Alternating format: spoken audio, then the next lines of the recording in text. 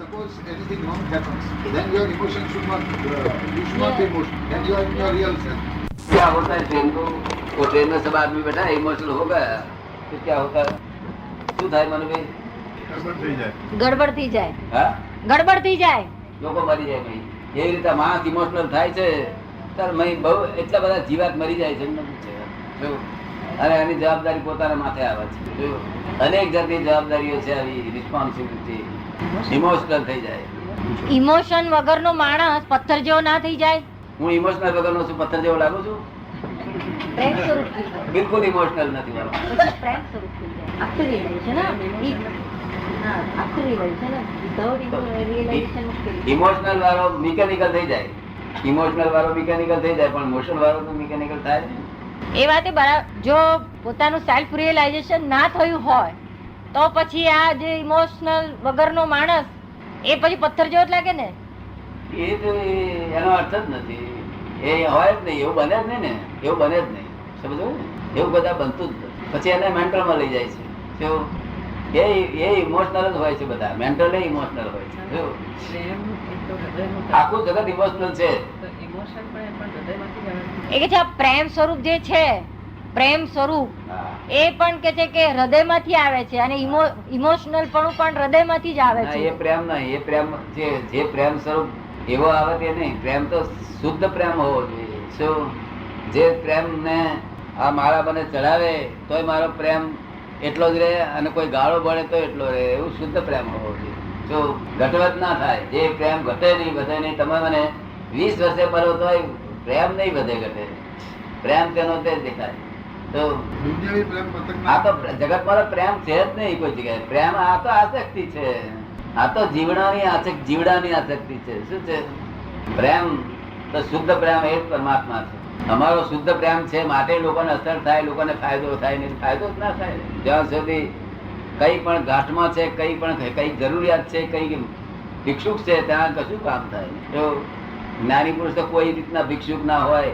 એને વિષયોની ભીખ ના હોય એમને લક્ષ્મીની ભીખ ના હોય માનની ભીખ ના હોય કીર્તિની ભીખ ના હોય કશું કોઈ જાતની ભીખ ના હોય કોઈ ચીજ જોઈતી ના હોય એમને કારણ કે આખા બ્રહ્માંડના સ્વામી થઈને બેઠેલા હોય તેને બેઠેલા હોય આખા બ્રહ્માંડના સ્વામી થઈને બેઠેલા હોય કારણ કે આ દેહનું સ્વામી પણ છૂટી જાય તો જ બ્રહ્માંડનો સ્વામી થાય તમારું દેહનું સ્વામી પણ છૂટશે તમે બ્રહ્માંડના સ્વામી થઈ જશો આ દેહનું સ્વામી પણ છૂટ્યું નથી ને ખબર નથી પડતી દેહનું સ્વામી પણ છૂટવું જોઈએ મનનું સ્વામી પણ છૂટવું જોઈએ વાણીનું સ્વામી પણ છૂટી જવું જોઈએ ત્યારે બ્રહ્માંડનો સ્વામી થાય અને તે દરેકને છૂટશે તમને છૂટશે બધાને આ સ્વામી પણ તમારે છૂટી જાય એટલે તમારું બ્રહ્માંડના સ્વામી જ છે આ તો આ પ્લોટ મારો એ સ્વામી પણ છે ત્યાં સુધી અહીં શું કેટલા પ્લોટ રાખ્યા તમે એક હતો તે આપી દીધો છોકરાના નામે કરી દીધો આઈ હેવ નથિંગ નાઉ હવે કશું નથી રિટાયર થયા પછી તરત જ અહીંયા અમદાવાદ પ્લોટ નહીં પણ બંગલો છે ફ્લેટ છે આત્મજ્ઞાન થાય ત્યારે ત્રણેય લોકો આખા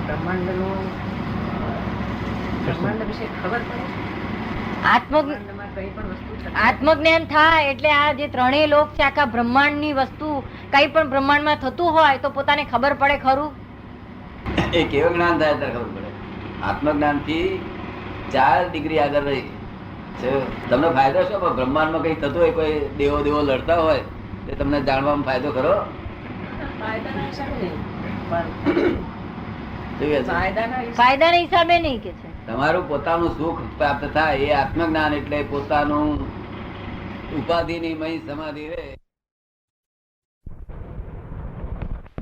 4 ડિગ્રી 356 ઉપર હું છું 360 કેવો જ્ઞાન થાય છતાં હું સેન્ટરમાં જઈને પાછો આવેલું છે એટલે મને જગતમાં કોઈ જોડે મતભેદ નહીં પડે કોઈની સાથે મને મતભેદ નહીં પડે તમે મતભેદ પાડવા માંગો તો મને પડશે નહીં તમને પડ્યા છે કારણ કે મારા બુદ્ધિ જ નથી બુદ્ધિ વાળો હોય તો મતભેદ પડે તમારા બુદ્ધિ છે થોડી ઘણી બુદ્ધિ હશે બુદ્ધિ એ ખૂણામાં બેસી રહી મારામાં બુદ્ધિ નથી હું તમારા પુસ્તકમાં લખ્યું છે અબૂધ છું વર્લ્ડમાં હું એકલો જ અબૂધ છું તમારા બુદ્ધિ બિલકુલ ના હોય તમે તો જ્ઞાની બુદ્ધિ જ્ઞાન અને બુદ્ધિમાં શું ફેર છે બહુ ફેરફાર બુદ્ધિ ઇન્ડિરેક્ટ પ્રકાશ છે અને જ્ઞાન ડિરેક્ટ પ્રકાશ છે બુદ્ધિ ઇનડિરેક્ટ પ્રકાશ છે બુદ્ધિ ઇનડિરેક્ટ પ્રકાશ है और ज्ञान डिरेक्ट प्रकाश है आपको कौन सा प्रकाश चाहिए? ડાયરેક્ટ પ્રકાશ. डायरेक्ट प्रकाश. हाँ, तो डायरेक्ट प्रकाश मिल जाए, वो इनडायरेक्ट प्रकाश बुद्धि है। हमको बुद्धि चली गई तो इनडायरेक्ट प्रकाश चले गया, डायरेक्ट प्रकाश हमको मिलता है। તમને કયો પ્રકાશ પસંદ છે? નોલેજ, જ્ઞાની. જ્ઞાન જ પસંદ છે. મને હજુ મને ભેદ નહીં સમજાયો. ડિરેક્ટ પ્રકાશ એટલે શું? ઇનડાયરેક્ટ પ્રકાશ કેવી રીતે પડે છે તે તમને સમજાવું. આ સૂર્યનારાયણનું અજવાળું દાખલો આપું છું, એને સિમિલી આપું છું. એની સિમિલી થઈ શકે એમ નહીં, પણ બીજું તમને રસ્તો બતાવવા માટે, તમને સંજ્ઞા બતાવવા માટે સંજ્ઞા બતાવું છું. ત્યાં અરીસો મોટો હોય અને સૂર્યનારાયણનું અજવાળું એની પર પડે, એ સૂર્યનારાયણનો ડિરેક્ટ પ્રકાશ કહેવાય. એની પર અરીસા ઉપર, અને અરીસામાંથી જે રસોડામાં પ્રકાશ પડે અરીસાનું, એ તમે ઇનડાયરેક્ટ પ્રકાશ છે. એ ઇનડાયરેક્ટ પ્રકાશ એ બુદ્ધિ છે, અને ડિરેક્ટ પ્રકાશ એ જ્ઞાન છે. તો ડિરેક્ટ પ્રકાશ આપણા અંદર શું છે? બહાર તો અરીસો છે, આ બાજુ સૂર્યની જગ્યાએ આત્મા છે માનો ને, તો વચ્ચે અહીં કયું મીડિયમ છે? તો અહીં ઇગોઇઝમ ના મીડિયમ થ્રુ આવે છે. શું થાય છે? જેવો જેવો ઇગોઇઝમ તેવું એને બુદ્ધિ ઉત્પન્ન થાય. ઇગોઇઝમ ના મીડિયમ ના થ્રુ આવે છે.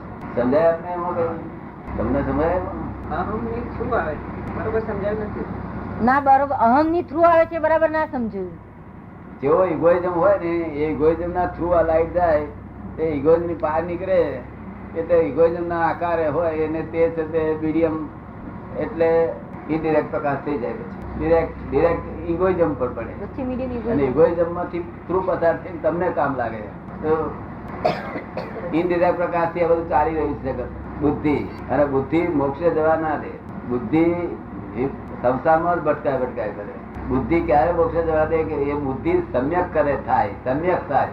સમ્યક એટલે સમ્યક જ્ઞાની પુરુષ ની પાસે, કે અગર કોઈ સંત પુરુષ ની પાસે ગયો હોય ને તો બુદ્ધિ સમ્યક થઈ હોય તો એ બુદ્ધિ મોક્ષે લઈ જાય. બાકી બુદ્ધિ હંમેશા રઝળ પાટ જ કરાવડાવે, ઇમોશનલ સ્વભાવની છે.